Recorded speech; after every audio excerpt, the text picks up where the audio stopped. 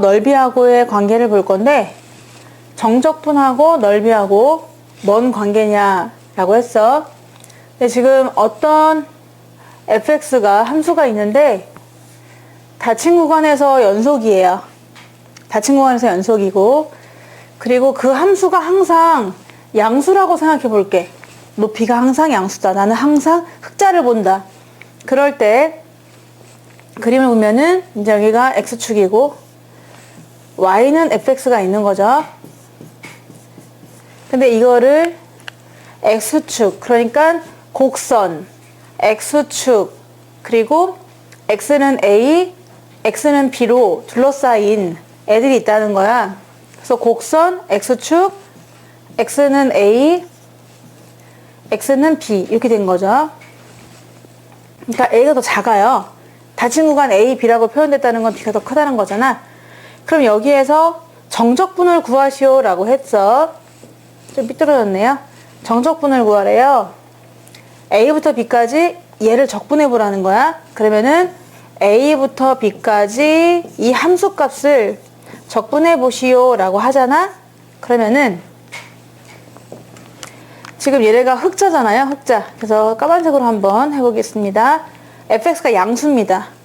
양수를 계속 쌓아가는 거야. 양수를 계속 쌓아가는 거죠. 더 두껍게 다 칠하고 싶지만 이렇게 하잖아요. 그러면은 양수가 나와요.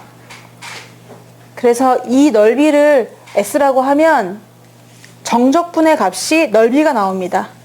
똑같아요. 넓이가 나오는 거야. 지금 정적분 한 거랑 넓이가 똑같다. 언제? 함수가 전부 다 양수에 있으면, 위에 있으면 정적분 하시오랑 넓이랑 똑같다. 그럼 넓이를 구해라 하면은 그냥 정적분을 하면 돼요. 걔네를 쫙 쌓아가면 되죠. 그 높이들을. 그죠? 지금 부호를 보면은 얘는 양수입니다. 그리고 A에서 B 방향으로 가고 있죠. 우리가 X의 증분이 이렇게 변화가 되고 있는 거거든.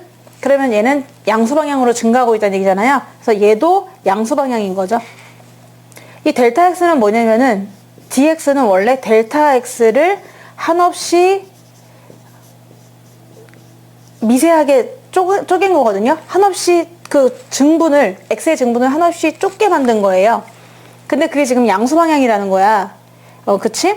fx는 이 함수값 높이고, 얘가 fx고, 그리고 이 증분은 델타 x는 x가 조금 변화할 때, 약간 변화할 때 이런 얘기니까 요 직사각형이 될 텐데, 이 직사각형의 넓이를 쫙 합한 거지. 근데 지금 fx도 양수고, 그때 x의 변화량 델타 x dx도 양수 방향입니다. 양수 방향. 그래서 양수랑 직사각형을 전부 다 모아봤더니 양수가 나온다. 이렇게 이해하시면 되는 거죠. 근데 만약에 fx가 음수일 수도 있잖아. 땅 아래에 있을 수도 있단 말이야. 그래서 땅 아래 여기가 x고 y는 fx가 이렇게 생겼다. 그러면서 a부터 b까지 정적분 하시오 라고 하잖아요. 그러면은 a부터 b까지 fx를 정적분하라 하면은 적자가 다 쌓이는 거예요. 자, 그래서 이게 지금 음수잖아요. 음수. 마이너스 3, 예를 들어서 마이너스 3, 마이너스 3, 마이너스 3, 마이너스 2, 마이너스 2, 마이너스 3, 마이너스 4 이렇게 다 쌓이는, 결국은 그러면은 음수가 나와요. 이건 정적분을 하면은 함수 값들을, 얘가 지금 함수 값이 이미 음수입니다. 각각의 높이가 음수고 얘는 지금 양수 방향으로 가고 있죠. 왜냐면 A에서 B로 이렇게 변화하고 있으니까 증가하고 있단 말이야. 값이. 그래서 변화가 플러스예요. 그럼 결국은 마이너스 막들을 계속 더해 나간단 말이야. 그럼 마이너스를 계속 더해 나가는 거니까 마이너스가 나와요. 음수가 나오는데 이 넓이를 S라고 하잖아.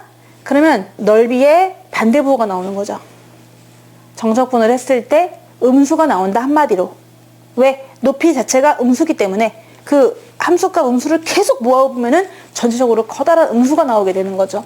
그래서 이렇게 나오게 된다고 할 수 있어. 그러면 이럴 때는 만약에 문제에서 넓이를 구하라고 했어. 넓이를 구하시오 라고 했어. 그럴 때 그냥 정적분만 하면 안 됩니다. 정적분만 하면 안 되고 정적분한 값을 마이너스를 붙여줘야 되는 거죠. 그래야 넓이가 나오는 겁니다. 근데 이 마이너스는 안으로 들어갈 수가 있어요. 안으로 들어가잖아? 그러면은 A부터 B까지 마이너스 fx를 적분하는 셈이 되는 거죠. 그럼 마이너스 fx라는 게 뭐야? 이걸 그대로 위로 올리면 되는 거죠. 반대부호로요. 그래서 y는 마이너스 x면 얘랑 대칭적으로 그려야 되는데 너무 위에가 좁아요. 그래서 그냥 이렇게 해주고 얘가 y는 마이너스 fx고 이 마이너스 fx를 마치 a부터 b까지 적분한 값과 같다. 그러면 이제 함수값이 전부 다 양수가 되는 거니까 양수가 나올 거 아니야. 그렇게 이해하셔도 되는 겁니다. 그렇게. 그러면 얘를 갖다가 다시 써보면은 마이너스 달고 나왔잖아. 그러면 a부터 b까지 그냥 fx의 절대값 dx라고 하셔도 되는 게 지금 fx가 음수다 보니까 절대값을 베끼면 마이너스가 생긴 그런 형태거든요. 그래서 절대값 fx dx를 구하시면 그게 축과 둘러싸여 있는 부분에 넓이가 나온다 라고 말할 수 있습니다. 그냥 밑에 있을 때는 그러면 정적분 구해서 부호를 바꾸면 되는 거 아니냐? 네, 그래도 되고요. 아니면 또 이렇게 해석할 수도 있고요. 밑에 걸 위로 꺾은 다음에 구했구나 라고 해도 되고요. 아니면 절대값을 씌워서 구했구나 이렇게 또 구해도 상관이 없는 거죠. 그런데 우리가 또 함수를 보면은 얘네가 아예 양수, 아예 음수면 좋은데 양수와 음수를 넘나들 때가 있잖아요. 자, 그래서 x축이 있고 곡선을 그려봤더니 이렇게 됐다.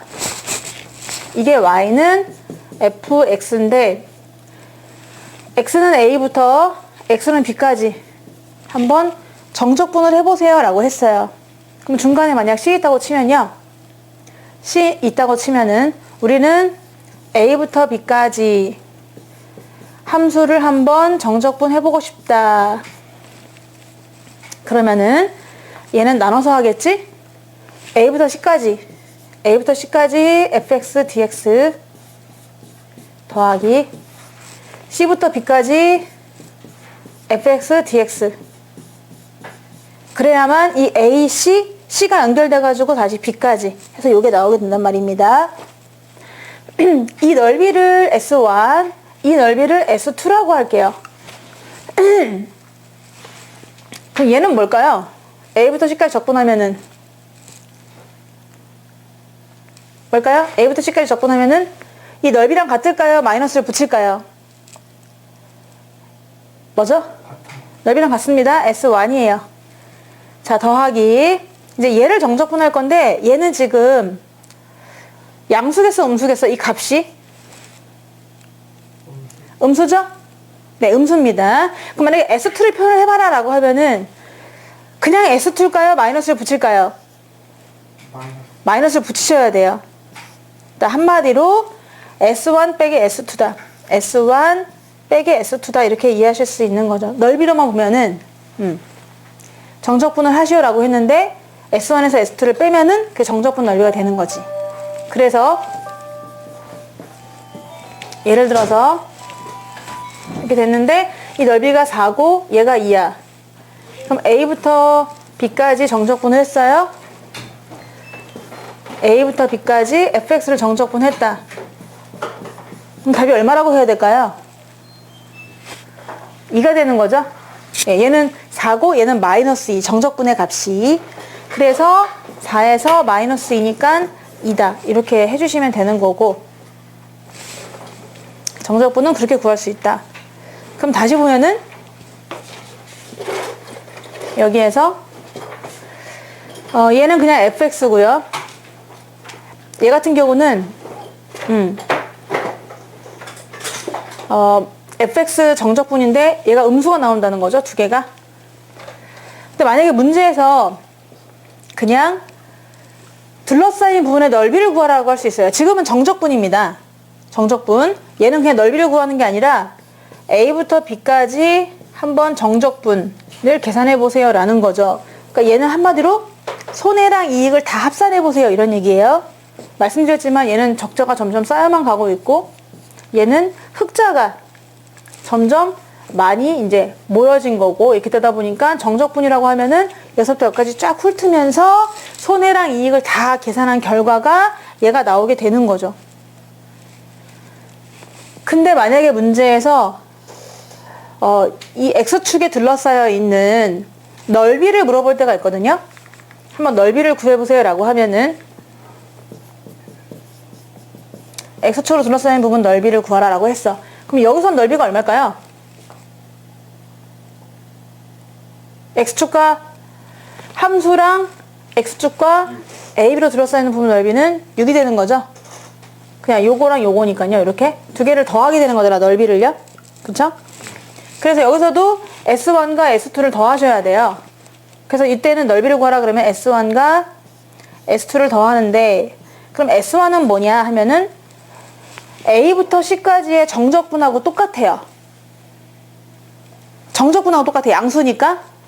그래서 그냥 A부터 C까지 정적분 할래? 가 되는 거고, 얘들아 요거 S2는 말이야 정적분과 똑같을까요? 아니죠. 정적분에 마이너스 붙여야 되는 거죠, 넓이는요. 네, 근데 마이너스 붙여야 되는데 이 fx를 살짝 이렇게 올려서 반대부로 만들어서 조금 전에 했듯이 c부터 b까지는 마이너스 붙여서 dx 한 거랑 같게 되는 거예요. 이 x2가요 얘랑 같아요.